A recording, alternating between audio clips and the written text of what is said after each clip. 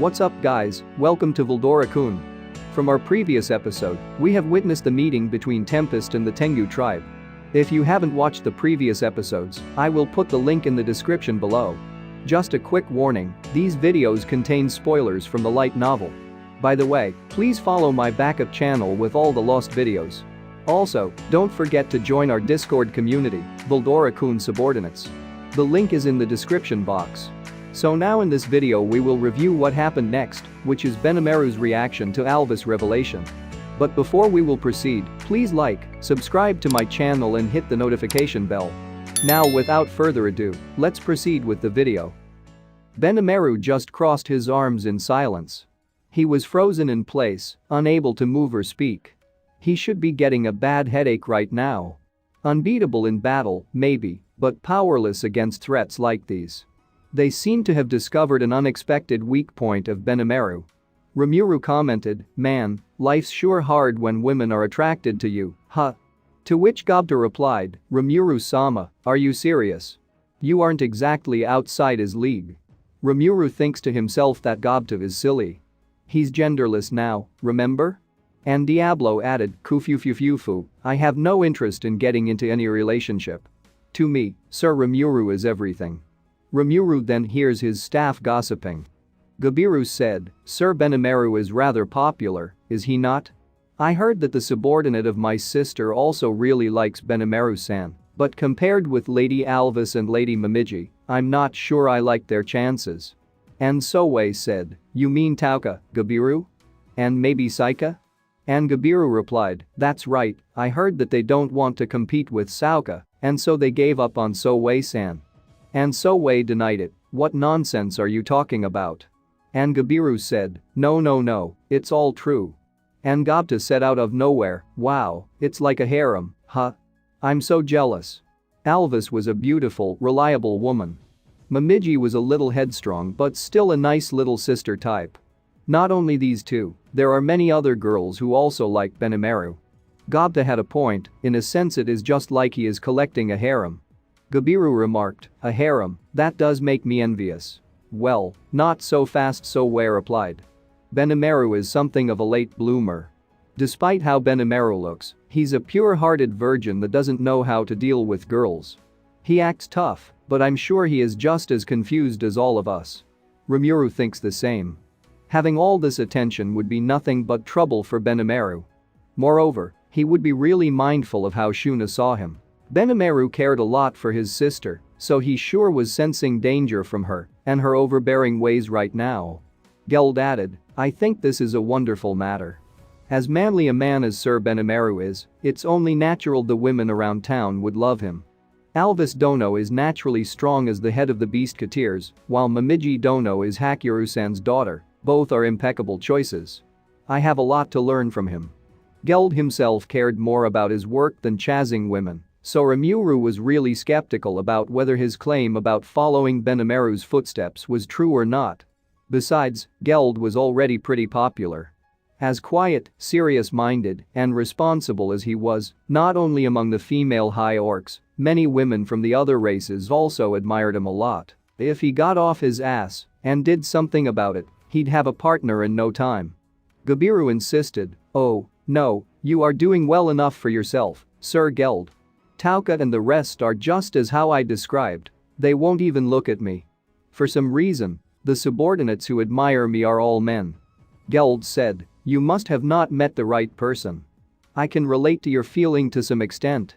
Monsters like Rimuru who had no gender and were as hard to differentiate as some amphibian might be exceptions."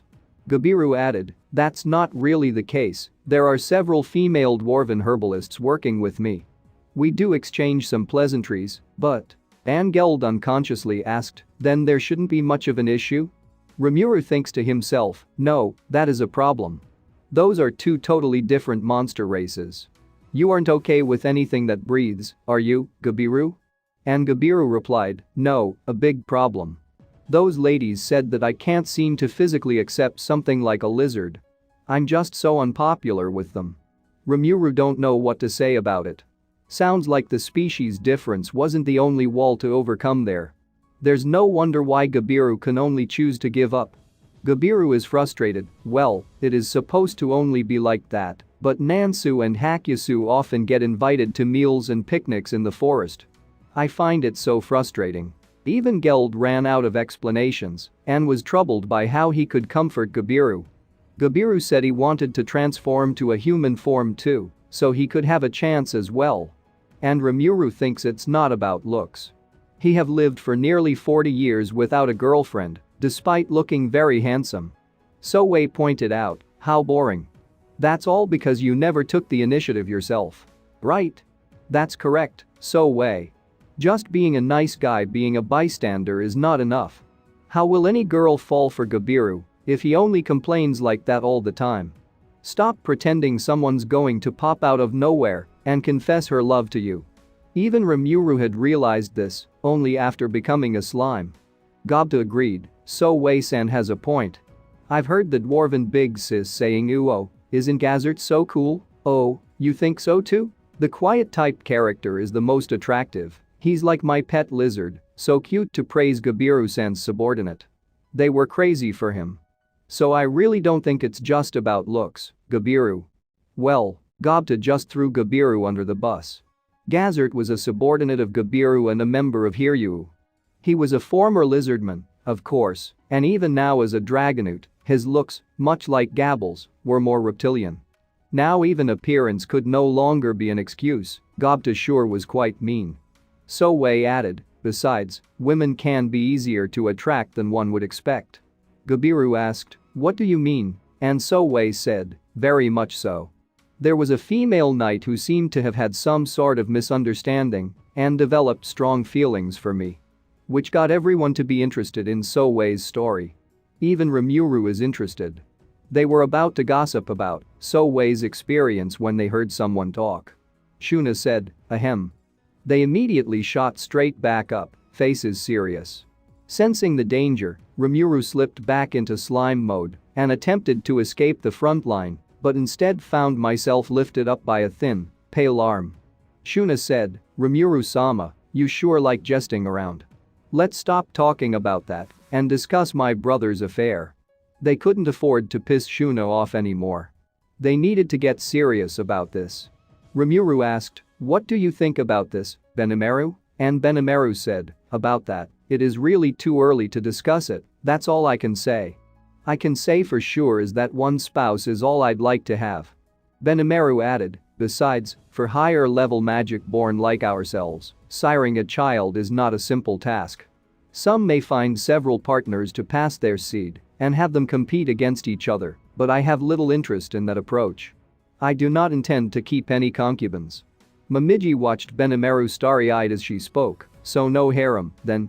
It got Momiji determined, I understand, then I will take on Alvis-san's challenge. I promise you, I will earn the role of Benimaru's wife with my own two hands. Momiji all but shouted this declaration out to the world. That's not how you get in a relationship, although that's how Rimuru saw it. He suspected that Benimaru had already given up and was not saying anything. Benimaru asked, what do you think of that, Sir Rimuru? And he replied, well, there's no problem with it, is there? You shouldn't just duel each other, rather put an effort to let the person you like fall in love with yourself. If he's not up for it, we'll need to end it. As long as they won't venture into stalker territory, Rimuru was cool with it.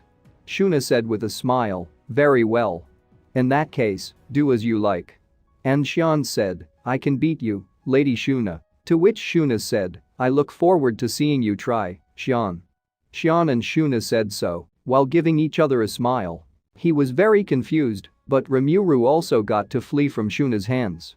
By the way, Alvis had always been in a state of observing. It was from today onward that she began to take action and tried to win Benimaru's heart desperately.